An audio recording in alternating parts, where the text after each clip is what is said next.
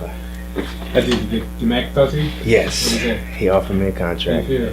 Feeling great. Dude, you look good, man. You are very coachable. The biggest thing about you, like, tell you something, you just got it. You get it. That's a good thing. DBs and receivers come down with Desmond in the league, and I think that was the thing that I told him, like, this guy can coach. I mean, he if you coach this guy, he'll do what you tell him. He'll do what you say. So yeah, you got some skill, man. Thank You got some skill. You got the size. I don't know what were your other. I didn't see the times or the bench press and all that stuff. My bench press finished at 14. Oh, good. Yeah, All right, so that's good. bench press there. Shit, I'm still yeah. working on my 40. We finished at a 4.9. What was your pro? Pro was a 4.7. So No better than that. I don't Yeah. understand. This all technique shit, but I like your back pedal, I like your hip shot. Real good hip shot. Real good control of your body. I always got it all. It's just too wild okay. and just not very coachable. But really quick, I want to get you. I'm not going to spend much time on you because you're already going to be part of the squad. So, Okay. name, height, weight, and just tell me where you're from. My name is Deon Vasner. I'm 5'10". Weight is 192 right now. I'm from Columbus, Ohio, born and raised. I'm on the west side of Columbus. Where'd you go to college? University of Cincinnati. Nice. So I played under Coach Tuberville from when he came in from Texas Tech, right after Coach Jones left and went to Tennessee. And my position coach was Oh, you had Butch before? yes. So he left and went to Tennessee. Tuberville came in and he brought in Coach Steve Clinkscale, which he's at University of Kentucky now. Yep. So Yeah. That's what's up. Wow, that's smart. yeah. Any awards, accolades? Started for you? Never. I came in. So I started in Division III. Okay. I played Division III, Division II, and I came to Division I. So that was one of the biggest things of wanting to play Division I coming out of high school. I played, D1 ball at Westfield South High School. Never got any offers coming out. So I went Division III. Couldn't afford to stay there with it being a private Catholic school, and it just kept trying to figure out where to make the next step. I had no guidance of this is what you do, this is how you do it, and I'm going to take you there. It was a trial and error. I go here, how am I going to learn? Do I make this mistake? Do I go here? And it just kept coming back and forth, going and then coming home, and I've been afforded. And I actually came here to D1 Sports under a guy named Chuck Gresham, which was my weightlifting coach. Okay. So he trained me. I applied to go to the military after I found out I couldn't go back to school in terms of my finances. Oh, okay. So I started my process. They told me I was ineligible because I had asthma to go into the military.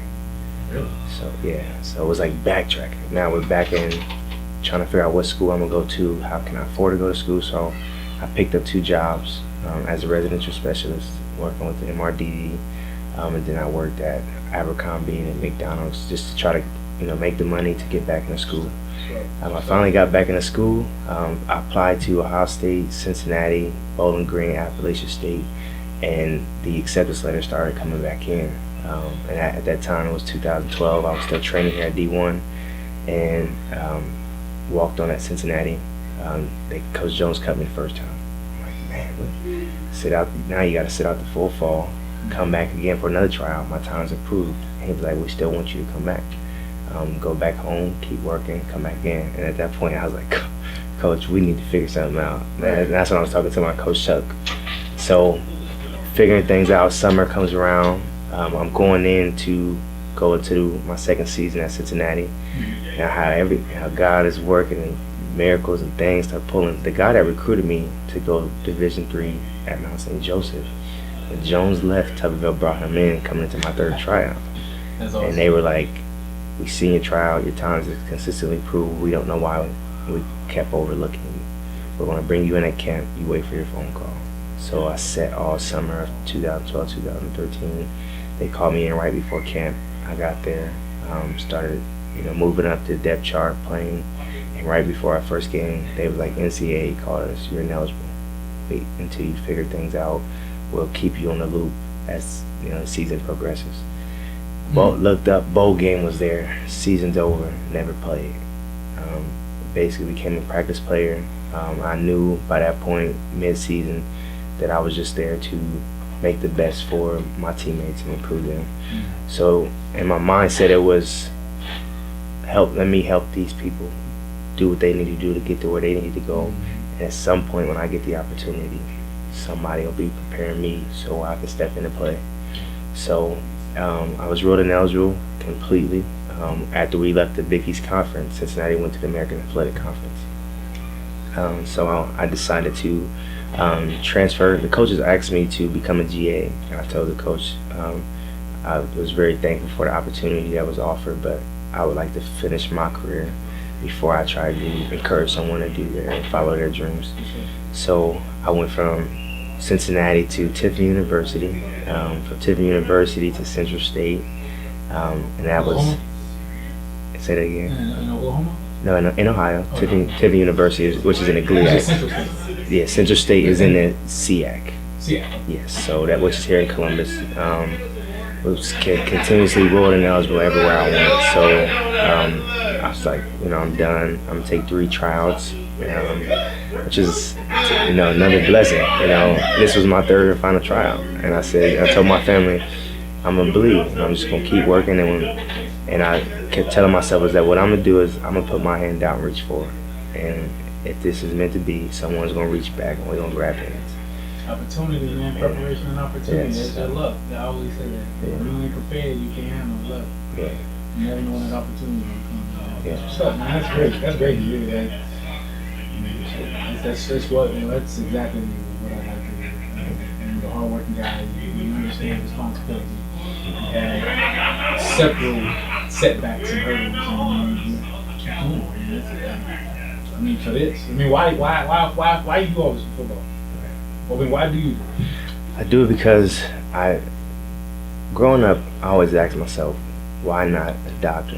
Why not a lawyer? Why not a teacher or a musician? From the time that I started running, 10, 11 years old, someone introduced me to football, and I learned that this is a pathway that can guide you to helping others. It's not just about playing that game. And you can reach back. And I learned that in life is a process. Someone is teaching you, and you learn all them things that you need to know, and you perfect them, and you do the best at it. And you may not make it the greatest, but you could be great at it. But you take everything that you learned, and at some point that cycle switches, and now you're handing it back to someone else. And that's what football taught me in terms of starting a company of my own called Forever Training. And that's, regardless to what you go through, to keep going and take one step at a time. And that one, at that moment, one of them small steps that you take, you look back, you'll be able to see, this is where I was, and now this is where I am. And it may be very, very slow, but we're here. 3 years ago, everything that you see now is on paper. It's just on paper written. The idea was on paper. Everything from the technology to the app to our partners, we didn't even know each other. And it was just an idea. And now it's 2 football teams. You know what I'm saying? Yeah. And so I feel you. I get it. And you got that same kind of run. Just that faith. You don't see what's in front of you. You see way out there. Not everybody can do that. Not everybody can they see this all the time. They just get all distracted. And I always say that, don't stay distracted. Just look at the finish line. So that's what's up, man. Thank Good you. stuff to hear. Thank you. I'm gonna get you one last question. You answer on here. Except if you ever had any concussions? No concussions. No injuries? In high school, I broke my left ankle. No injuries outside of that. Awesome. You can talk to me, but what would you like to say to your Screaming People fans? That you're not ready for. So. I would like to say, get ready. I fought for this. I thought I wouldn't make it, but I knew that if I continued to work, continued to find that someone will come finding me that was reaching back to try to give someone an opportunity. And your coaching staff and your city and your state gave me an opportunity. And I want to first thank you for that. I encourage y'all to come out and support us, and we'll support you, and we'll give you a great show and a great time. That's it. Thanks. Look forward to it, brother. Thank you. Look forward to it, man. I'll see you, boss.